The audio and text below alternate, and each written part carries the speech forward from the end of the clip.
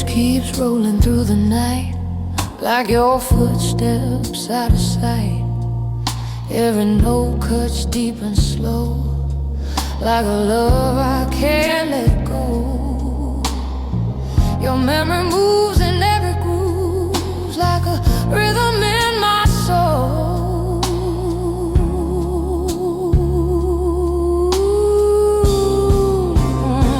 Oh baby, this heavy love blues keeps dragging down my heart. Every beat of that bass line tears my world apart.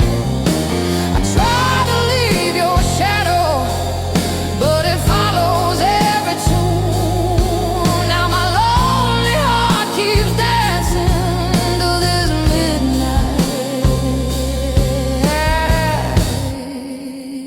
bassy blues.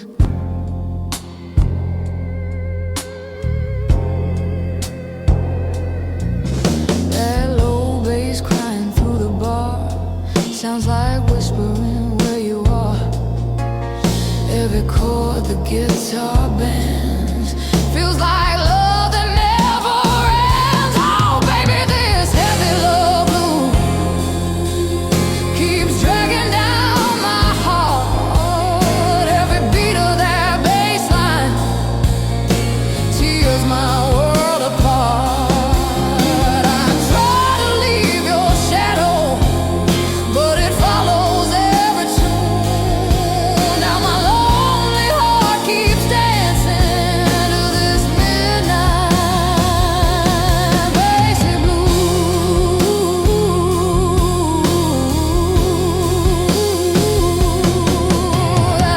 Baby, love's a low, slow rhythm you can't ever outrun. Once it gets inside your heartbeat, girl, the blues have just begun.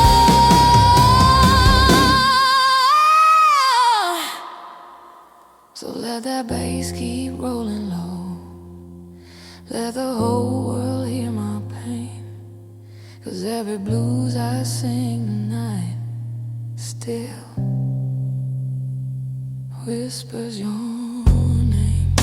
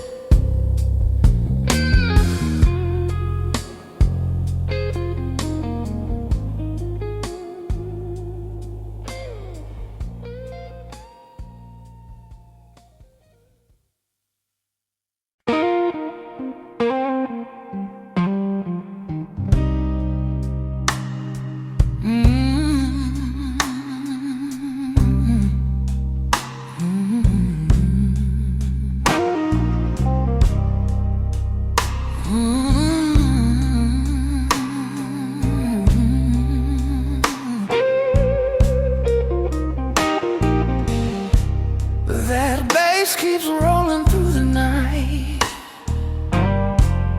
like your footsteps out of sight. Every note cuts deep and slow, like a love I can't let go. Your memory moves in every groove, like a rhythm in my soul.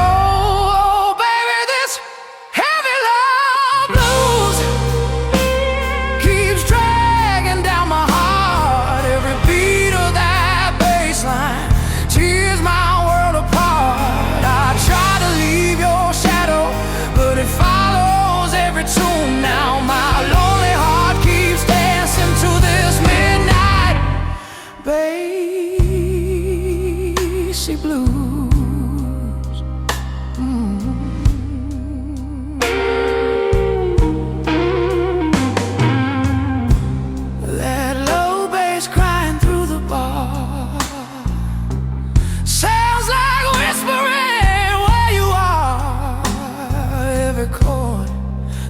guitar bends. Feels like love that never ends.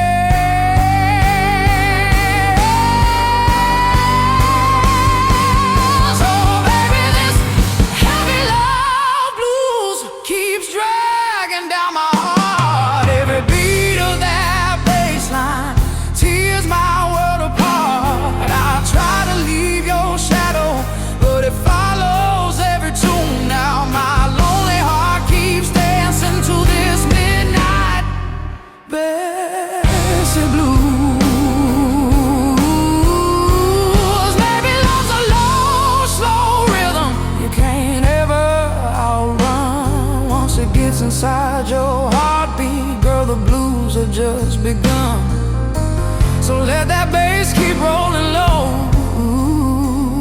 Let the whole world hear my pain. 'Cause every blues I sing tonight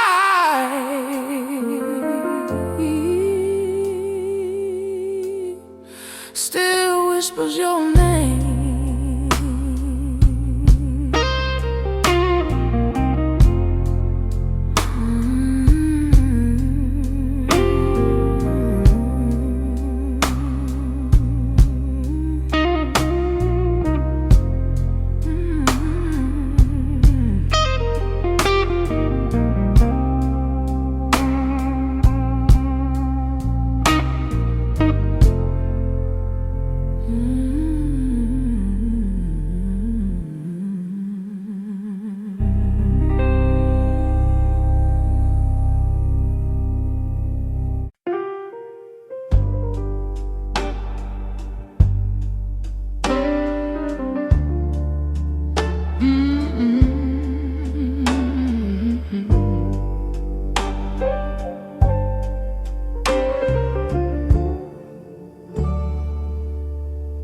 The bar is closing,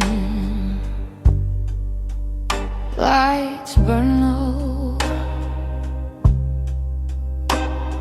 your shadow's gone, but I still know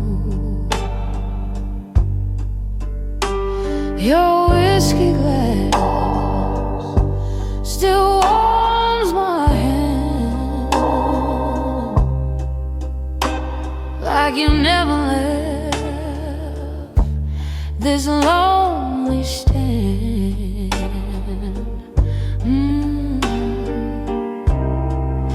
Every note the piano plays feels like calling out your name.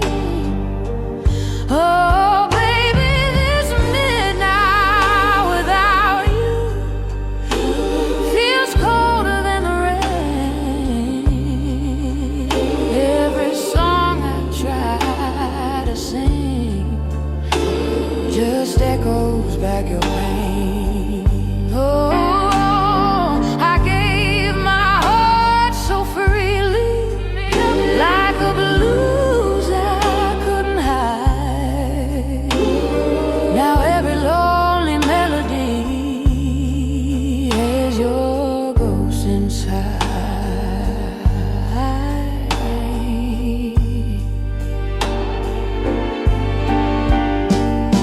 The jukebox hums a broken tune, just like my heart beneath the moon.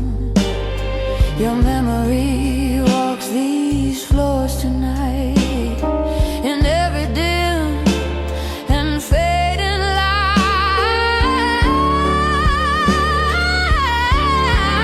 Baby, this midnight without you feels colder than the rain.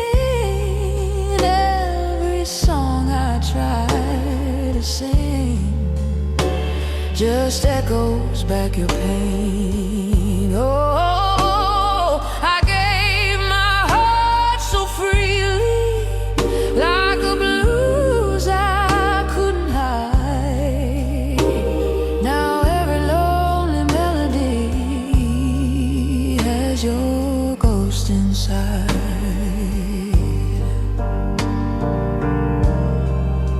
Maybe love was just a song that played too soft, too slow. But darling, when you held me close, I thought I'd never let you go. So I'll keep singing through the night till morning breaks the blues.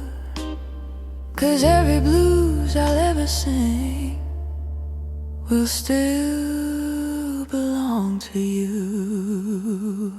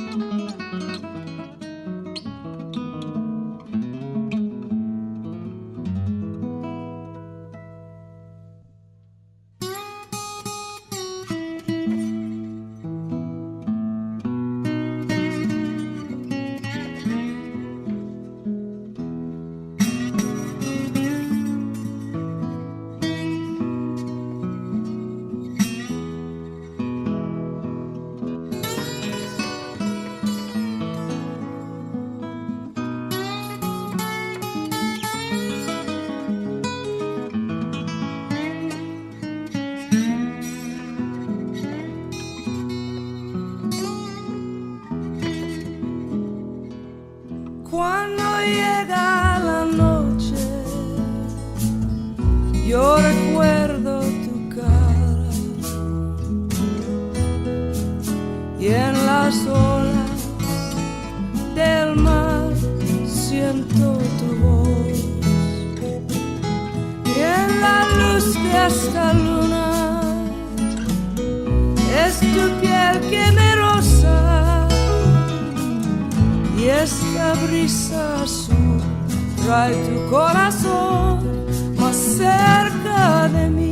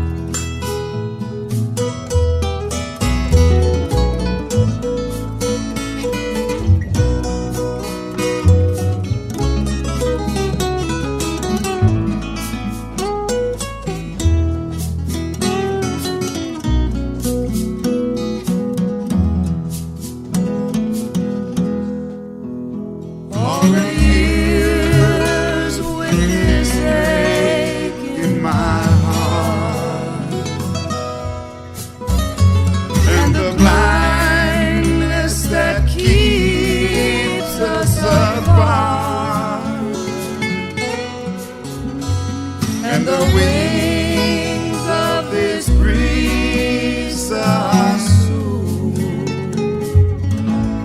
will sing me to you.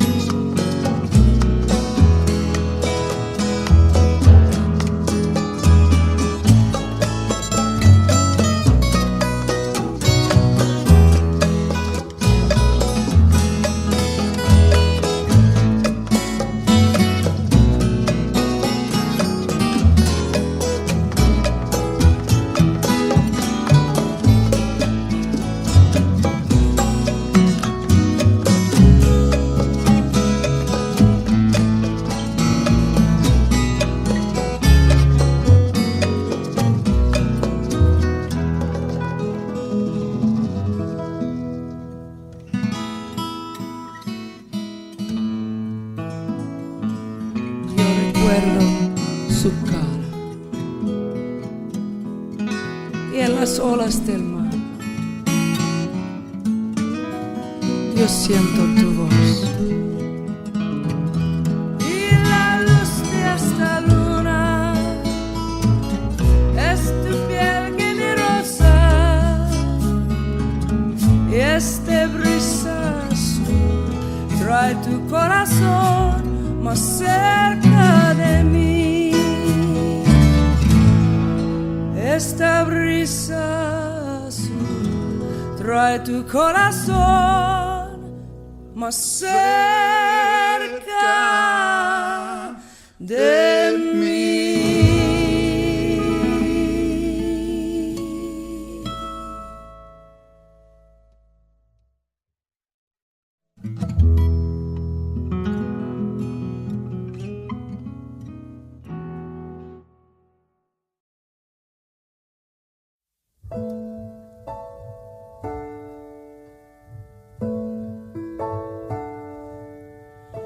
Ain't I got you on the back foot? And you know I got you really good. And there's something deep inside of me I got to be. And if you find it hard to follow me, if I lose you in my jet stream, then you only got to raise your eyes and see me fly. Don't tell me that I won't, I can't. Don't tell me that I'm not, I am. Don't tell me that my master plan ain't coming through. Do you tell me that I won't, 'cause I will. Don't tell me how to feel, 'cause I feel. And yes, I know what's real and what I can do. Something that you won't see every day. A little girl who found her way through a world that's designed to break on love of your dreams. And if there's one thing I would say to you, is that there's nothing that you can't do. And yes, it's all about your attitude. Don't let them get to you. Do you tell me that I won't, I can't. Don't tell me that I'm not, I am. Don't tell me that my master play ain't coming through. Now do you tell me that I won't, I will. Don't tell me how to think, 'cause I feel. And yes, I know what's real and what I can do. Ooh, yeah. Ooh, hey. Oh, do you tell me nothing? No.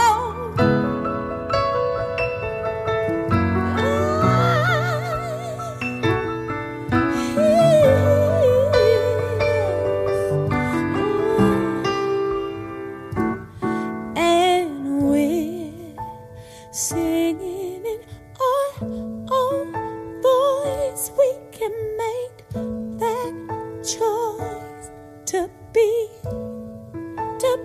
free. Yes, we're singing in our own voice. We can make that choice to be free now, to be free now. Don't tell me that I won't, 'cause I can't. That I'm not, 'cause I am. That my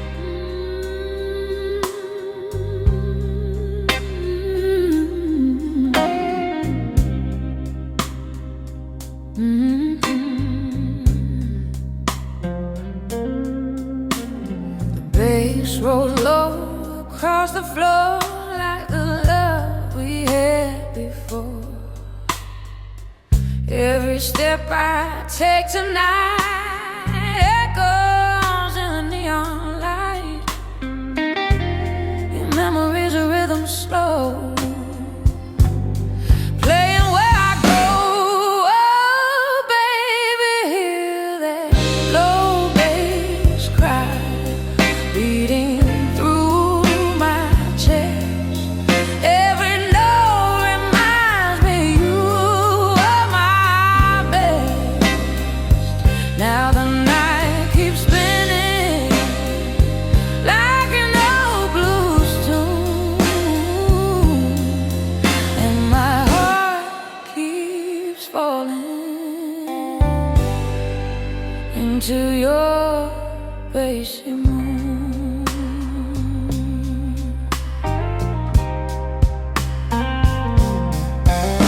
The guitar sings a broken line like your lips against mine. Every chord the piano plays pulls me back to yesterday.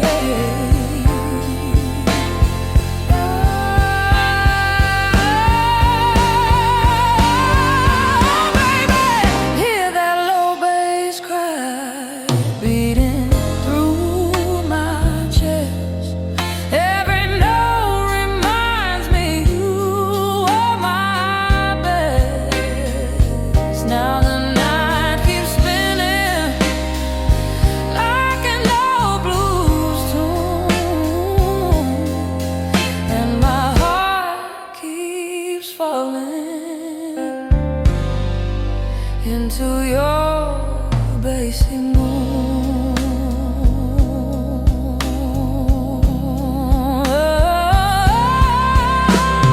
Love like ours don't fade away, it just turns into the blues. And every bar I sing tonight still belongs to you.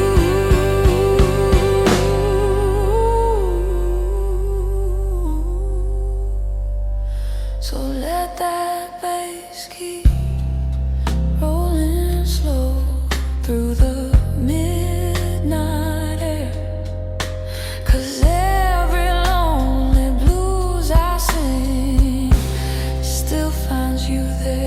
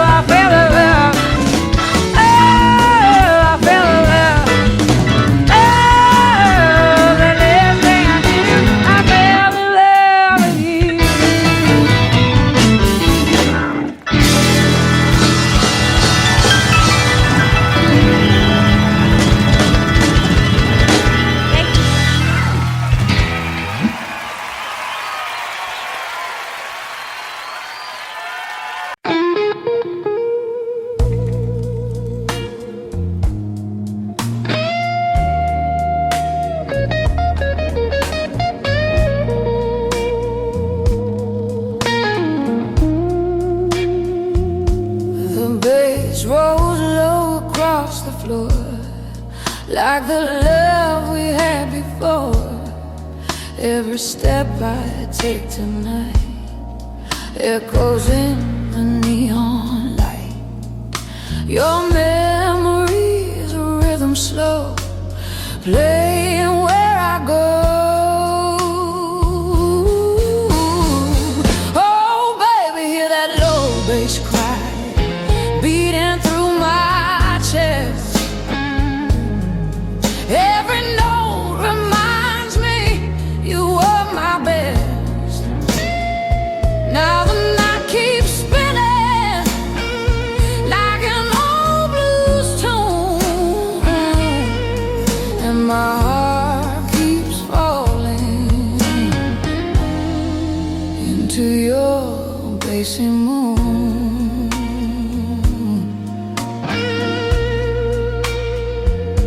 That guitar sings a broken line, like your lips against mine. Every chord the piano plays pulls me back to yesterday. Oh baby, hear that low bass cry beating through my chest.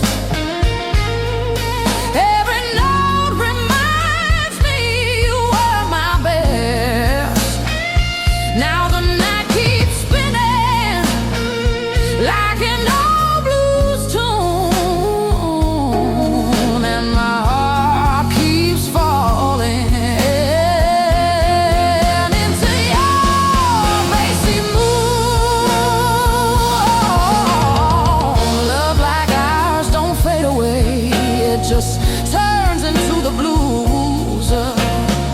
And every bar I sing tonight still belongs to you.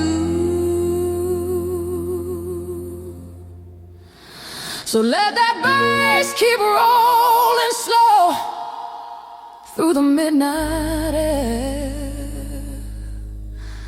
'cause every lonely blues I sing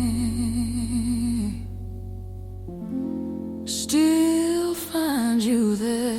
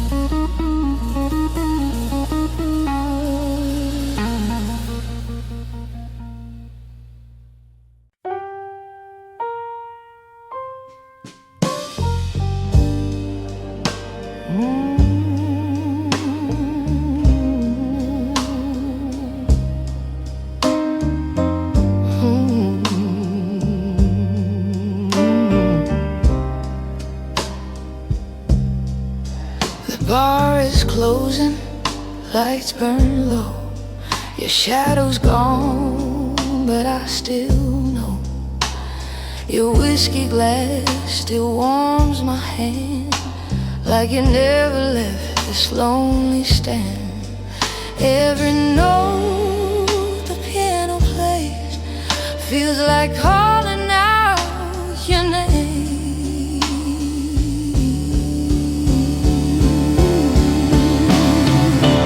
Oh baby, this midnight without you feels colder than the rain. Every song I try to sing just echoes back your pain. I gave my heart so freely,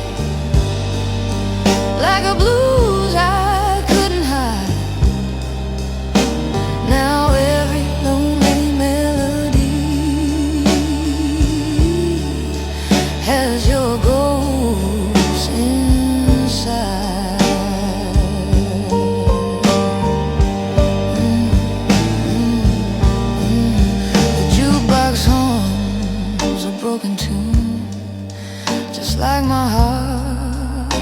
beneath the moon. Your memory walks these floors tonight, in every dim and fading light. Oh baby, this midnight without you feels colder than the rain. Every song I try to sing just echoes back your pain. I gave my heart so freely, like a blues I couldn't hide. Now every lonely melody has your ghost inside.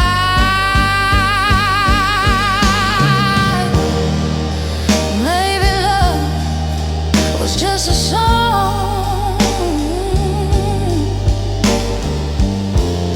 that played too soft, too slow. Darling, when you held me close, I thought I'd never let you go.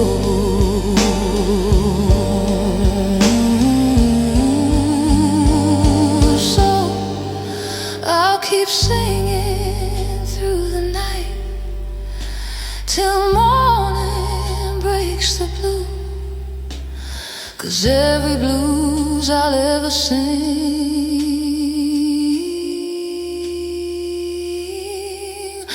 will still belong to you.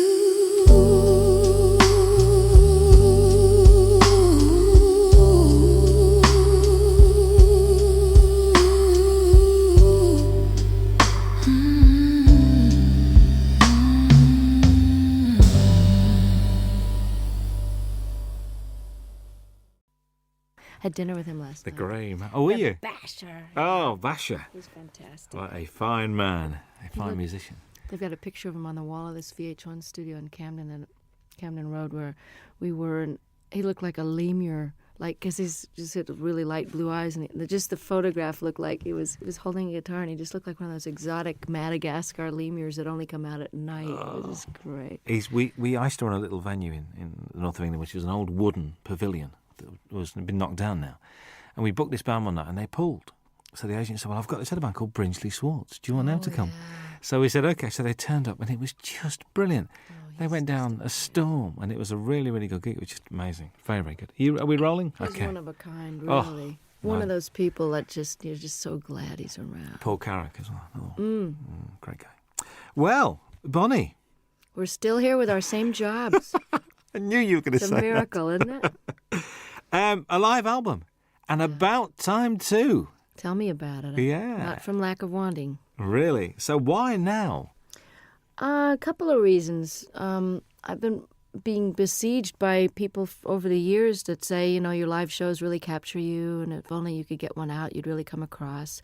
And I was all ready to do one because of, Little Feat years ago had that great Waiting for Columbus album, and it really broke through and captured them in a way that the studio ones, although those were great too. And I just have been waiting and waiting. But the situation with Warner Brothers, where I was for the first 9 albums up until 82, I was with Warner's, and I wanted to do the live record after my 8th record, and it just they didn't really feel, and neither did I, that the promotion for it went well, to put it mild. I'm trying to be polite. And radio really stopped playing any kind of progressive format, so I was basically shunted off into the hinterlands of fringe music. And even though I was selling well in my concerts and my core audience bought my albums, it wasn't the right label situation to put out a live record, because they didn't care enough, frankly. So it took me a while of waiting to get on a new label, and then God knows, after the Grammys hit, things have been really great with EMI Capitol, and I wanted 3 studio records under my belt to draw from great songs that people would be familiar with. And I've been basically planning to have this lineup of guests for a long time now, and finally I've got the great band that can play the songs as well as the ones that play in the studio, because most of them are the ones that are on the records. Indeed. I can't believe that these friends just happened to be around? There must have been a lot of phone calls going out to get all these guests on this album. Well, you know, you've got to plan because people's schedules are way in advance. I mean, I know what I'm going to be doing 5 years from now almost. So everyone's booked and everybody's got their own album schedules. And Jackson said, I'm going to be recording, but it's if you can film and record in California, I bet you I can fly up for the day. Hornsby had already made room in his schedule for me. And this was planned in March in order to secure the mobile truck. The concert venues go on sale, you know, at least a couple of months before. And, of course, the film crew, we had 9 35-millimeter camera, you know, film for 2 days. So, you know, that's almost $1 million type of proposition just for the film alone to film the 2 nights. And so, yes, it had to be way planned and approved and paid for in advance. But I must admit, the sound of the album is one of the best live recordings I've ever heard. Oh, fantastic. And I'll tell our engineer that because he worked his you-know-what off trying to make it. Because I'm not a big connoisseur of live albums. I mean, I listen to James Taylor's and Peter Gabriel's and of course, Little Feats I play a lot. And I have some live Westwood One radio programs that I've listened to and gotten copies of live performances where I've missed someone's tour. But I really wasn't an audiophile enough to know that it turns out, I found out from doing interviews, that most live albums get listened to once and put on the shelf. So Ed said, you know, he really wanted to go for, you know, making this the best live-sounding record he's ever heard. And he studied a lot of them about how much echo in the room echo to leave in and how much clapping between songs and how much talking. You know, where there was a lot of deliberation that went in. And, of course, each song is from sometimes a totally different night in a totally different hall. So there's a lot of post-production work that went into this. And it works so well. A couple of things. Vince Gill has described you as the wildest lady he knows. All right, Vince. What do you think about that? I think he's the guy that all of us would love to get wild with, actually. He's the nicest star. Well, actually, Brian and Bruce and Jackson, my special guests, are pretty nice, too, in the unneurotic field. You know what I'm saying? Like people that are just folks when you meet them. I don't know if that was your impression, but I know that Vince and I, over the years, I mean, when he was in Pure Prairie League and I was still on Warner's, we ran into each other and we actually did a duet together when he was first a solo act. We did a song called Let's Do Something Even If It's Wrong. And he and I were both kind of wild. I don't mean that in a biblical sense. I just mean, you know, wild rockers. We didn't get into this line of work because we like to go to bed at 9 o'clock. Well, you don't start till late anyway, do you? It's not late. You know what? I get up early when I'm off the road. I like the daytime hours because if you're not up partying at night, there's really no reason to be up past midnight unless you just get into one of those great moments when you can write and you're reflective and everybody else is asleep. But I've started to really like the early morning dawn hours. In London, when there's nobody else around, it's very good. I was in New York last year, and we drove out of the city we just drove out for about an hour at 6, 7 o'clock on a Sunday morning. Nothing in New York. Very strange feeling. I very, bet it was very bizarre. strange. I bet. Very, very weird. Do you think in marriage has given you a different outlook on life? Have you calmed down or not? Or do Michael and you have a sort of a thing, you know? I don't think marriage has much to do with the calming down. I think just getting older, from your 20s to your 30s, there's a certain calming down, and I don't know about your life, but most of the rockers I know, and by rockers I mean not such as a musical categorization as in party as much as you want and can get away with kind of a thing. You know, like I would never jeopardize my job or walk around stumbling, and, you know, I never was one of those kind of visibly out of it kind of a person where people would comment on it. It was more like a private thing after the show, but lifestyle changes in your 30s are necessary if you want to keep your wits, your memory, your looks, and your health, not to mention the most important, which is your music.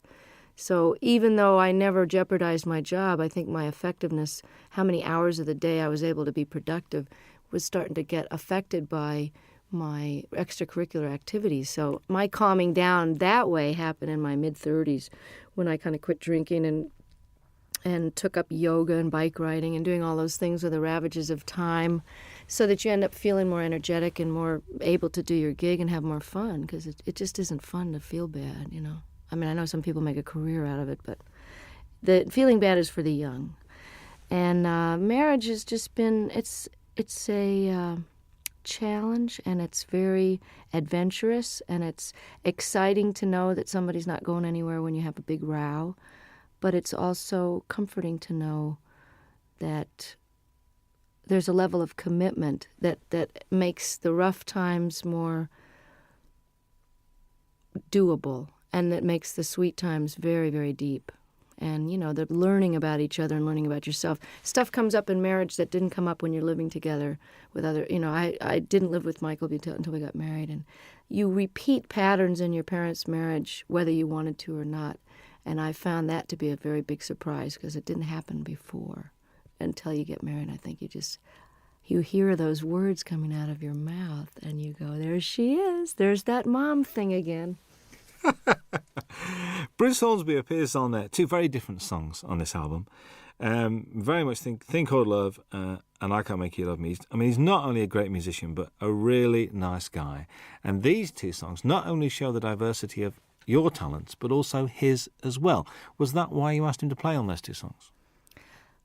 It was one of those things where on the tour we did together last year, we did a 4-month double bill of the Outdoor Sheds when my new album was out. And it's quite obvious that I just think the world of him. And he made such a difference on I Can't Make You Love Me. And then he invited me to play on and sing on his last record before this current one. Then we did the tour together, and as an encore, he came out and played the accordion, and he's a great practical joker, so it was a way to keep him off the monitor man's back, where he would probably have given me nothing but hi-hat and the monitors and messed with my sound on stage. So I kept him out of trouble by having him on stage, and, he's my favorite singer and writer, I think. It's just, Prine and Jackson Browne and him, that's it, and Paul Brady.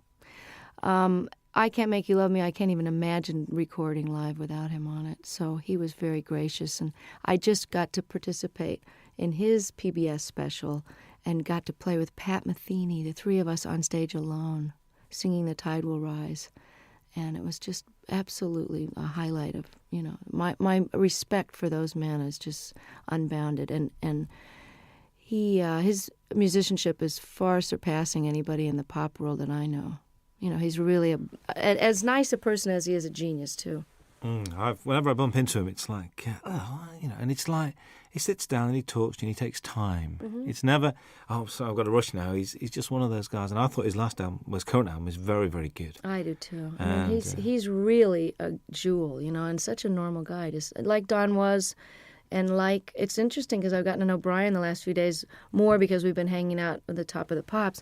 And he also is totally without any kind of ego attitude. And, he's not neurotic and paranoid or any of those stuck-up things that people get when they get to be a big shot. And I'm so lucky to have these guys as models because they've been famous longer than me. Hornsby came out of the box with big hits, and he's just nonplussed, totally regular guy. That's why you get on so well, because you're the same. You've got the same attitude, and that's why, and it shows. I reckon this record's great to listen to when driving. I've been driving around listening to this. I think it's brilliant. God, I'm so glad. It's so new that I haven't had reviews yet. So this is it. Give it to a friend. So go and drive around, listen to it, and it's great. A song on it, Shake a Little. New song to you. New song by the guy Michael Ruff, who wrote "Cry on My Shoulder" on Nick of Time, and. I listen to so many tapes of things where people have a cover letter that says, this is so perfect for you, we've had you in mind, and then it's just dreck. So I appreciate the thought, but, I don't know whether to throw a bucket of water on them the next time I see them or just never answer their phone call. And then there's these jewels like Michael Ruff, who's a brilliant artist on his own and has never gotten the attention he deserves. And I think he's actually got quite a good career in Sweden going on for some reason. But he had 2 great records on Warner Brothers years ago, and the women are all mad for him because he's absolutely gorgeous. But what an unbelievable tune. I'm glad you mentioned it because I love it. I think it made a good single, actually. I was listening to it. I think so, too. A good single. Matters of the Heart is haunting.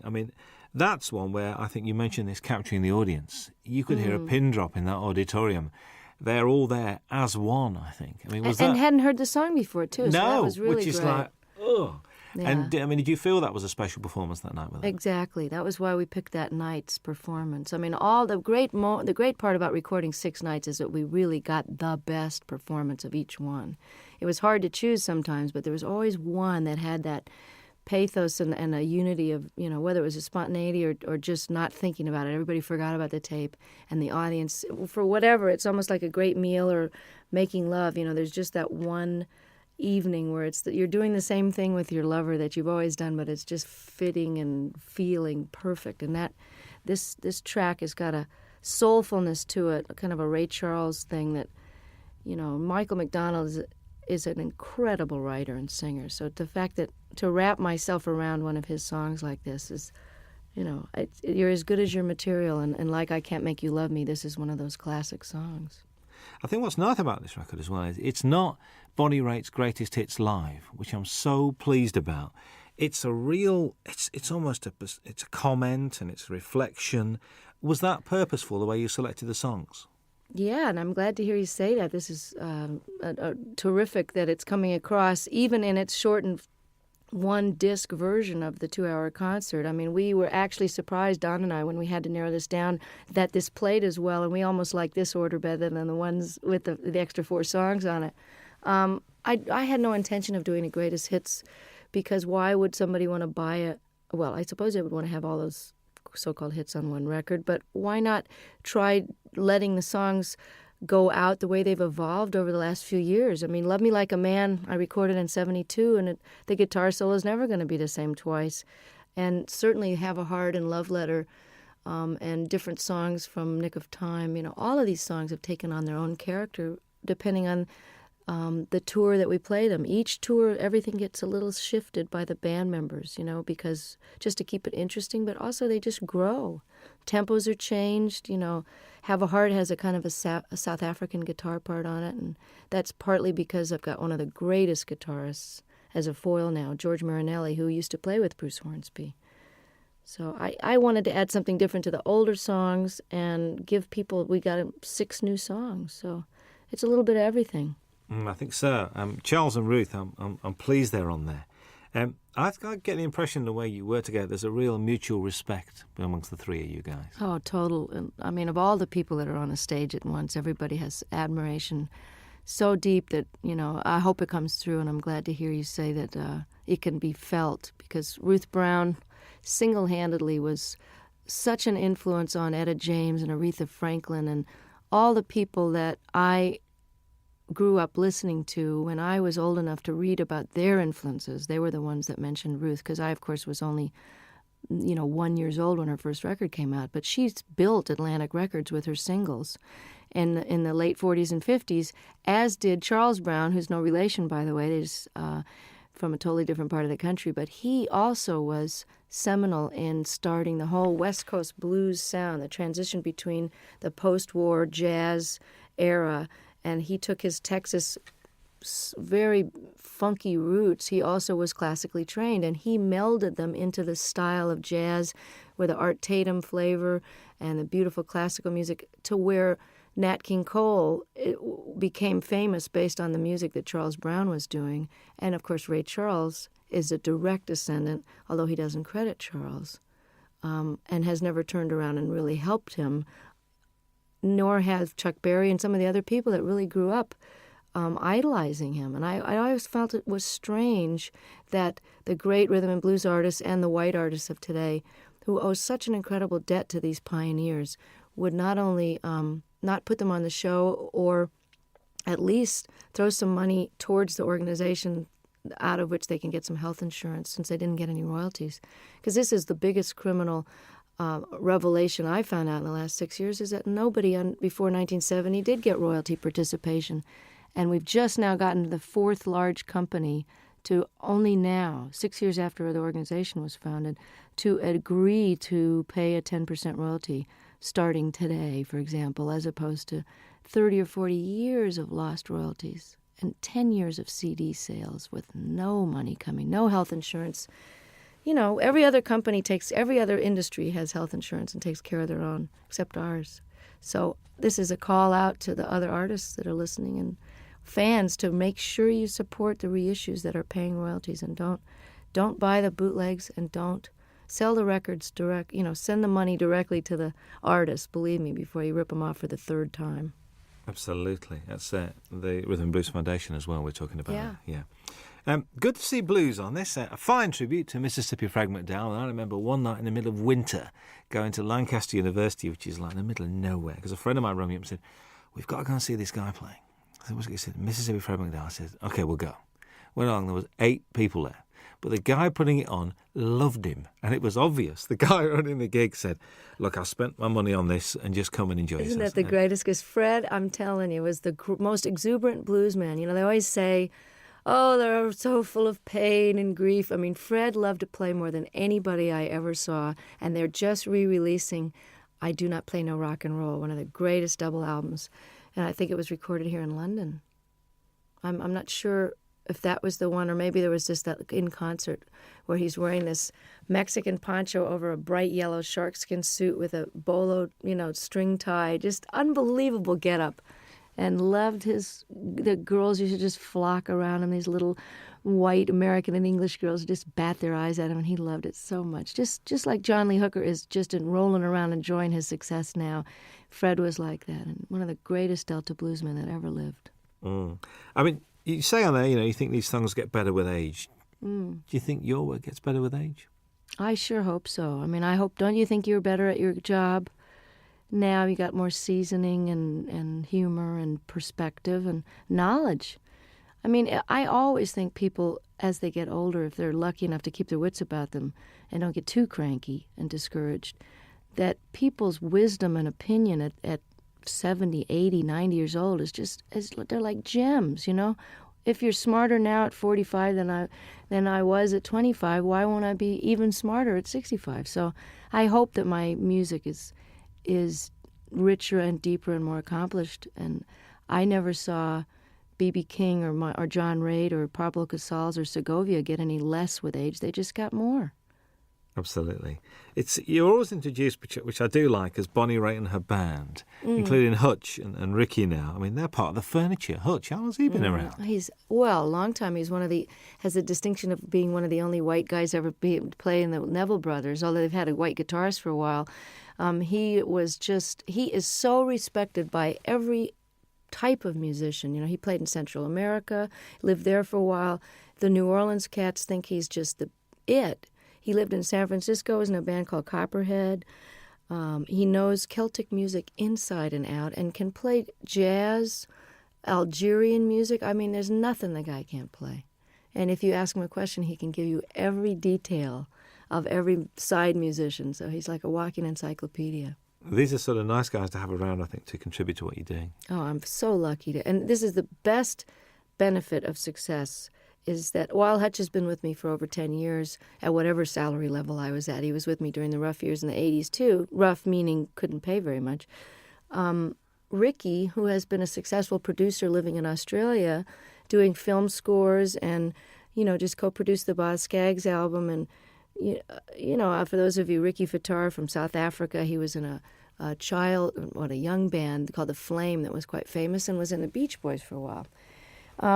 I'm able to afford musicians of the level that I've got now, and that is probably that and raising really great amounts of attention and money for political causes that really need the bucks. Those are the 2 most incredible aspects of my success that have made the biggest difference, that and good catering, backstage, to actually eat food that hasn't been sitting there for 4 hours. But to be able to play with Ricky and Hutch and have them leave home and come and play with me it's like a dream come true to every night have these guys. And that's why this record was done now. That's why I say in the liner notes, this was the time and you are the reason. Absolutely. Jackson Browne had to be here, really. I mean, there aren't many stages that you and him haven't shared over the years. Mostly benefits as well, actually. But, to do Opening Farewell is just a bit special, I think. And, we didn't know what we were going to do. I was going to cut this wonderful reggae tune that he did on his last record called I Hear Your Heart Beating Everywhere. I love that song. And I thought we could have a duet, kind of a, We Be 40 kind of a thing. I don't know. And we tried it in my key, and it just didn't sound as good as his. So I said, well, maybe we should send the band off to the wings and just sit here and play Opening Farewell. And it was just done. He came and never had a chance to rehearse it. He never had sung it in that key, never sung a harmony part. And all of a sudden we're filming and recording it for the history, and he was really a champ. I can barely look at him because I love him so much, and he's so gorgeous and never changes. But yeah, I said that he had to be on the live record because he knows too much about me, and I'm afraid he's going to talk. He knows where the body's buried. Well, I know where his skeletons are buried too. There's an argument that drink and drugs have added to some of the finest music and literature, and also that all the great artists have got to be a shade crazy. I mean, eccentric, crazy, call it what you will. What do you think about that? Totally agree. It's true that some of the greatest works of literature that are currently recognized and studied by even the religious right as great works of art. I mean, Hemingway, all the great works of the 20th century, certainly that whole revolution in the 20s, people were faced. I don't know what the expression is over here, but pissed or whatever. There are a lot of that whining and writing about your mother and tortured. A lot of that stuff, when you know about addiction, you know where that mentality is coming from. Well, that's what makes great artists torture. And artists torture themselves. And the myth is that you can't be, quote, funky or as deep or as soulful or as funny if you're not sort of loaded or hungover, is blown by the fact that John Hyatt and Stevie Ray Vaughan and some of the greatest artists of our time are still kicking, sober. So, and I'm here to tell you from that song that's on this record, and I don't know if it made this cut. Did Feeling of Falling get? I think that's the one we did leave on. I'm not. Yeah, because I want to let people know that just because you're straight doesn't mean you're not totally miserable and twisted sometimes, and it's out of that angst and misery and longing, which is just part of being alive, which you feel more acutely when you're not anesthetized, that some of the most powerful stuff has come out of my guitar, because it's excruciating to be awake. So it's just a different kind of art. If anybody thinks I'm not miserable, look again, and sometimes it's a lot easier to just toss a few back and forget about it, It's trying to be awake all the time that'll get you some good blues tunes. Most definitely. The old tortured theory goes out the window there. And there's this song with Bryan Adams. I mean, what's the story behind this? Did you call him or did he call you? Or if someone was to say to me, okay, you got a new album coming up and, you've been on the road with Longing in Their Hearts and you have this ballad here and you found this Michael Ruff song. But you know what I'm really missing as a rocker? I just wish somebody that I really love would call me up. And it was like the universe answered my prayer, and I get this phone call from Brian, who I haven't heard from for a few years, and he says, I wrote you this song with this woman, Gretchen Peterson. I hope you like it. It's on the way. I listened to it. It's like tailor-made, great lyrics, a tried and true topic, but done set in a very clever way. You need a rock, not a Rolling Stone. Simple, straight-ahead rocker. And then on top of it, his album was postponed, so as we got closer to the live recording, I went, it would be really great, as if he could sing this with me. And he did. He said, I'm coming. I just can't believe it. It's like for all the blues people that I helped and all the obscure songwriters I've done songs and talked about over the years, to have somebody like him who is really huge over here in Europe where I can't get arrested really. And, for him, he'll be doing for me what I'm doing for Ruth and Charles. So without any compromise and just pure admiration and love, and just love the guy's work so much, and I love him. And here I am getting to have this handed to me, like Eric and Elton saying, hey, you want to be more known in Europe? We love you. Come on to the Wembley show. That's the payback, is that it all goes around in a big circle, and then I get more well-known, and I can bring Charles Brown over to Europe. So that's the way it works, Oh, that'd be very pleasant, actually. Very nice indeed. There's 3 songs that run together. There's Longing in Their Hearts, Love Sneaking Up on You, and Talking Heads, a storming version of that. All right. Were they the same night? Because they just run together. I think they are the same night, actually. But they were pretty slamming all. Sometimes we do Come to Me in the Middle, which we didn't have room for on the record. But again, you can get it on import probably. I always thought of doing Burning Down the House since I first got the idea. I've always wanted to cut the song, but I had no idea whether we would do it on this record or whatever. I didn't know if it would make the record. It was just one of those sound check into the last encore of the night. And, you know, by the time you're at the encore point, your fans are so nuts, you know, you can basically play Rachmaninoff's symphonies and get away with it with a reggae beat. But I love Talking Heads. I love this song. Always heard it with slide guitar. And it's very similar in the clavinet part to Love Sneaking Up on You. So I had them as a segue, like half of Burning Down the House into Love Sneaking Up on You. And about 3 gigs into the tour, all the reviews were mentioning, and the audience was jumping up and standing. They were mentioning Burning Down the House. So Don suggested, he said, hey, why don't you just finish the song and flip the order and stick it on there and we'll put it on the record. And I said, no, nobody's going to go for that. And hey, I like it. Listen, it works really, really well. Kim Wilson guests on the album as well. When the Fabulous Thunderbirds are one of the best kept secrets in Europe, like yourself. Well, that's why I plan to change it. I mean, I'm really glad that by doing a record with Delbert on Luck of the Draw, that 5 million people have that album and now know who Delbert McClinton are, as if anybody's been asleep in a closet and doesn't know.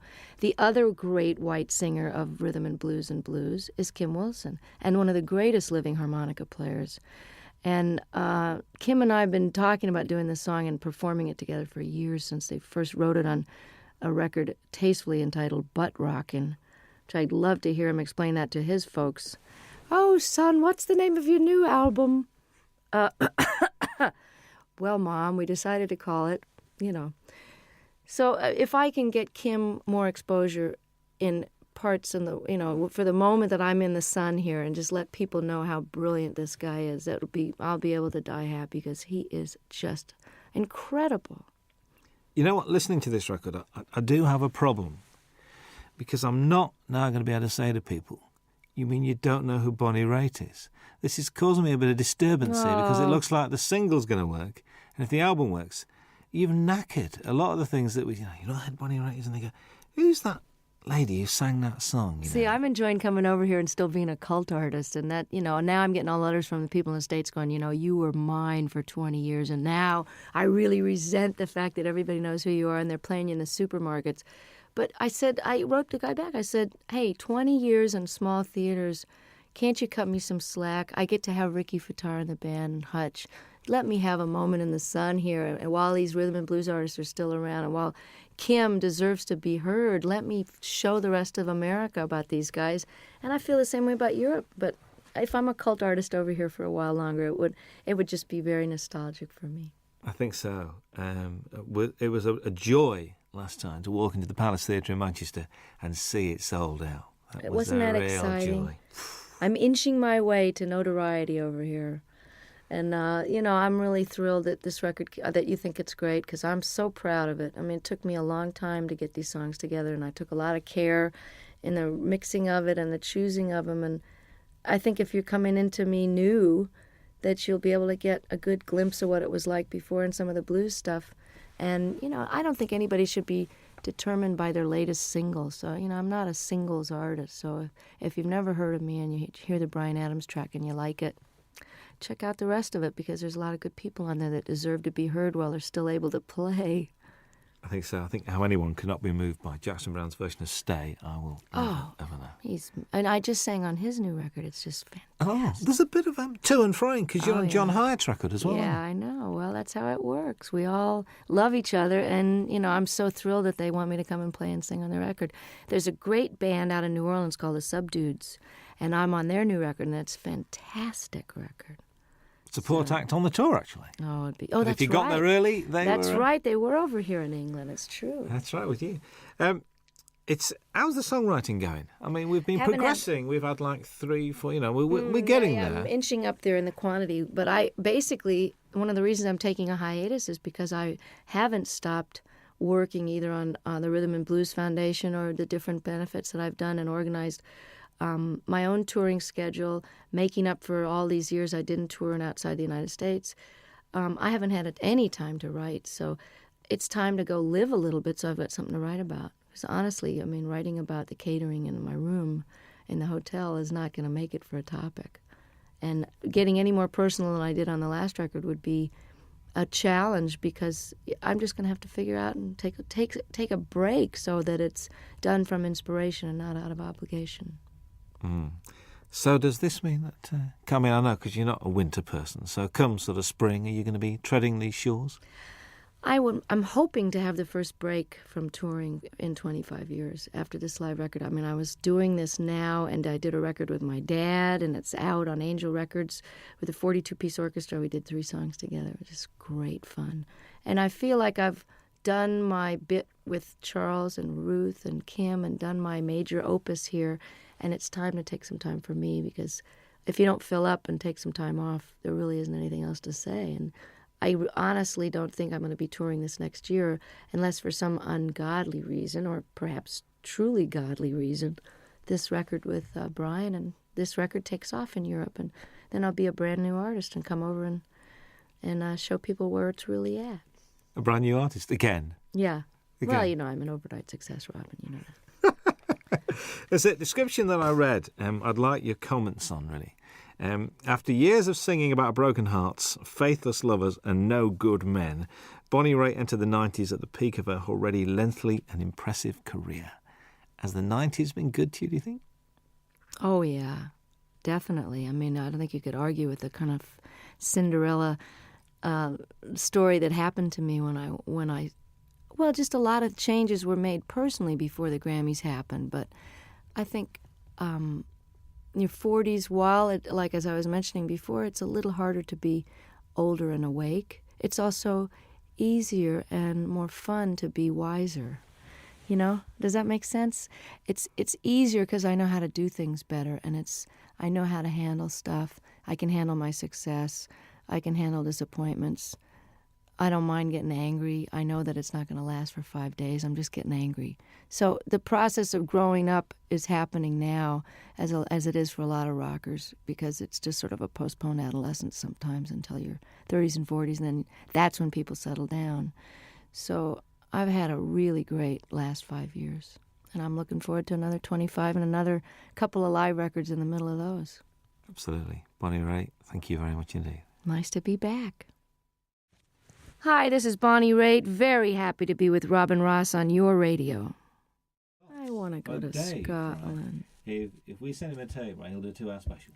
Wow. He's like a big supporter, isn't he? These guys are just, you know. Thank you, Dave. Thank you for the homeland, for the young girl who's found her way back to your shores any minute now. I'm threatening to show up for Hogmanay again. Again? Oh, well, tell people God. This time, will you? See, I'm the only one that remembered what happened those 3 days. The entire country was out of their minds. But the studio was. I'm coming back with a video camera because nobody in America believed it. You know, well, they had some sort of sponsorship. They had little bottles of booze on the table, and there was like 65-year-old people just totally clapping and yahooing it up, which is a little glimpse of what, like, a Crosby, Stills and Nash audience is going to be like in 20 years. You know, will be a bunch of old geezers singing, you know, just a song before you go. But they'll still be all applauding. And Sheena will be singing Morning Train, and me and Brady will be out there on walkers singing Thing Called Love. Yeah, I found another Brady Buncher. Curtis Stigers is a Brady Buncher. Yes, he is. Curtis Stigers is a Brady Buncher. I found somebody else as well. You know, guess who cut Paradise is Here? Cher. Heard it from Brady's lips today. I'm not kidding. That'd be great. Let's find it right now. Really? So that must be this new album, because she's done the Mark Cohn Walking in Memphis. That's the single. So it'll be on the same album. Well, it's good. I'm glad that she's going to get them some wider attention, you know? Brady's record was great, wasn't it? Mr. Cummings won't know what's hitting. He won't know what to do. I know. He's great. I'll ring him up. I really wanted to do that song too, but Tina had already done it. I think that Cher track's coming out for Christmas as a Christmas single. Paradise is Here? Well, that's good. I'm glad. I mean, I don't know who produced her, but I hope it's great. My engineer's producing Anne Murray's new record, which should be great. All right. Yeah, she's terrific. When I call you up. Remember when she did that? She wouldn't do an acoustic, would she? She should have done. She wouldn't do an acoustic for us. She's doing one now. Hello. I'll come in here and do one. Yeah, we had John Hyatt. John Hyatt did 2 songs. Did he? Yeah, John did 2 songs. Finn did 2 songs, did they not? Which is Neil and Tim Well, Finn. they just told me to come and talk. They did Weather With You, and they did Nobody asked me. We'll ask you. Anywhere, anytime. You know Hey, we you like know. it. You could play the national anthem and we'd listen to. You know that. So, I'd play your national anthem. It'd be interesting. Yeah. That'd be good. We You're get on. good. So you're going to Scotland on this break? You're going to try. I want to. I was threatening to go to Ireland or Scotland over the weekend, but I'm gonna. I'd like to come back when the days are longer, because it's too hard to come over here and have it get dark at 4. Yeah. Not if you're unless you. Especially over that. You know what I mean? If your you get nighttime over the hours West can be Coast. more productive, but I want to be able to see stuff. You were going to go around Ireland last time I spoke to you. You were going to I visit did Ireland. it once a long time ago, and I want to do it again. I may do it over the weekend. Just get down the country and see part of it. Well, I did get a whole week in did you? there. I did get a week in Scotland, a week in Ireland back in '91, right after the Grammys. Randy Newman's on Jules Holland on Tuesday night. You should get him in here. I'd love to. With Warner's, you see, Warner's a bit strange. So my best man when I got married is head of promotion at Warner's, and he won't let me do any interviews.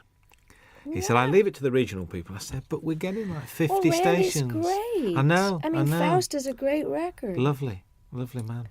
When's Bonnie Call Raitt on Peter later? Asher and tell him I told him that he should do it. Excuse Tell me? him who you talked to. Tell him all the people you talked to and how many stations We're you going to get. start to, Just call him we got you directly. on, did we get 50 last time? Peter and Gordon. Tell him you're a Peter Gordon fan and call Peter Asher. Remember Peter and Gordon? I actually That's went Peter to see Asher. Peter. He's I said, Randy's- "No." he's Well, he used Randy's to manage manager. 10,000 Maniacs as well, didn't he? Yeah. He manages Little Feat. And now he's head of Sony, I think. That's right, I forgot. He got a new job. My former manager is was head of Atlantic, then head of Warner's, now he's head of Mercury. Moving Hello. around.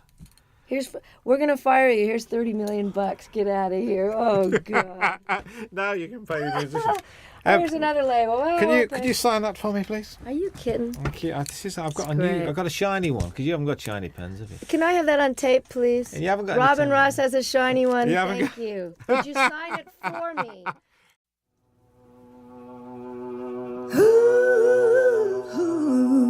Ooh, yeah.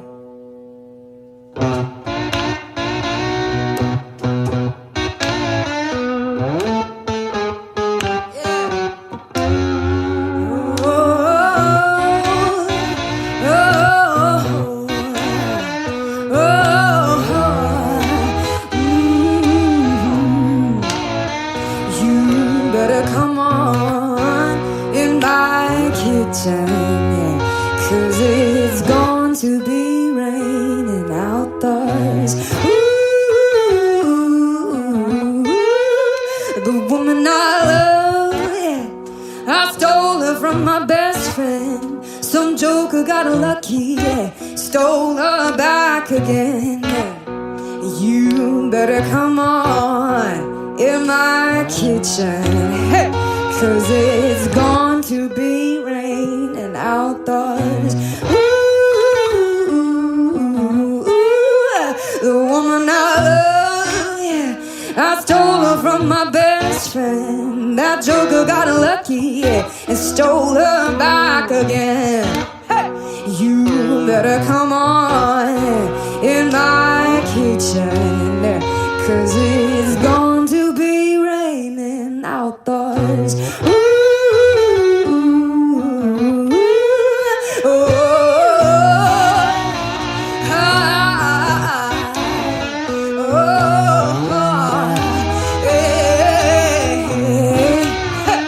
you better come on in my kitchen, 'cause it's going to be raining outdoors.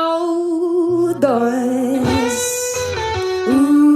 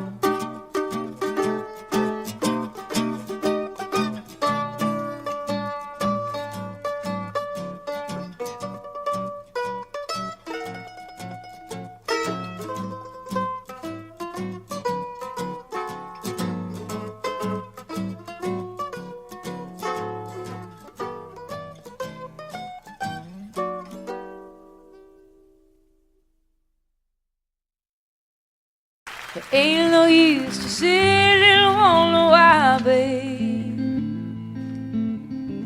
if you don't know by now. Ain't no use to sit and wonder why. It'll never do somehow. Oh, when your rooster crows out the break of dawn, look out your window and oh, I'll be gone. Oh, and you're the reason I'm traveling on. Don't think twice, it's alright. Ain't no use in turning on your light, babe. The light I never knowed. Oh, now it ain't no use in turning on your light. I'm on the dark side of the road. Oh, now I'm thinking and wondering, walking down the road. Oh, I once loved a man, a child, I am told. Oh, I gave him my heart, but it wanted my soul. Now don't think twice, it's alright. Ain't no use in calling out my name, boy, like you never done before.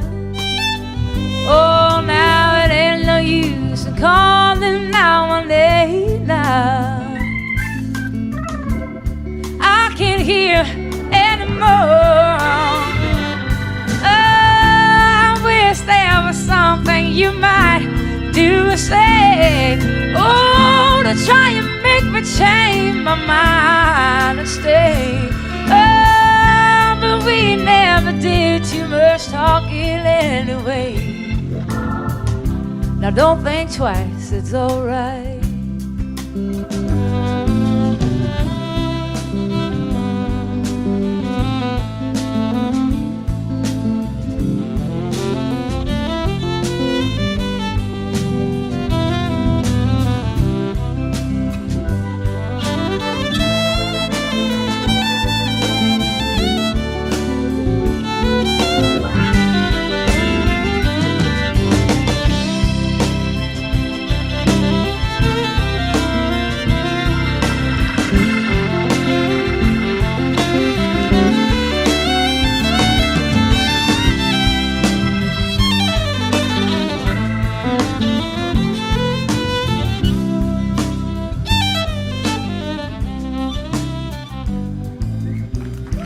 So long, honey, baby.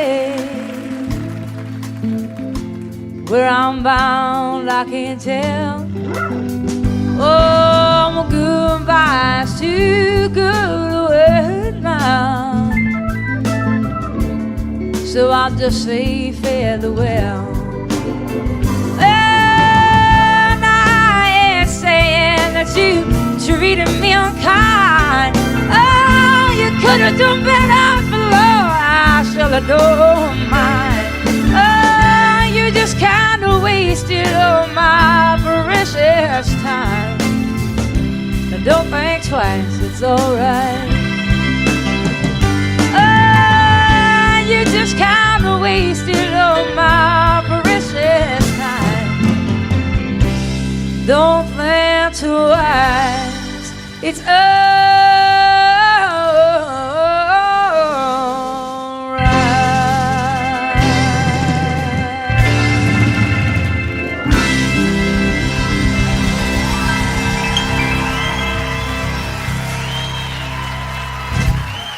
Thank you.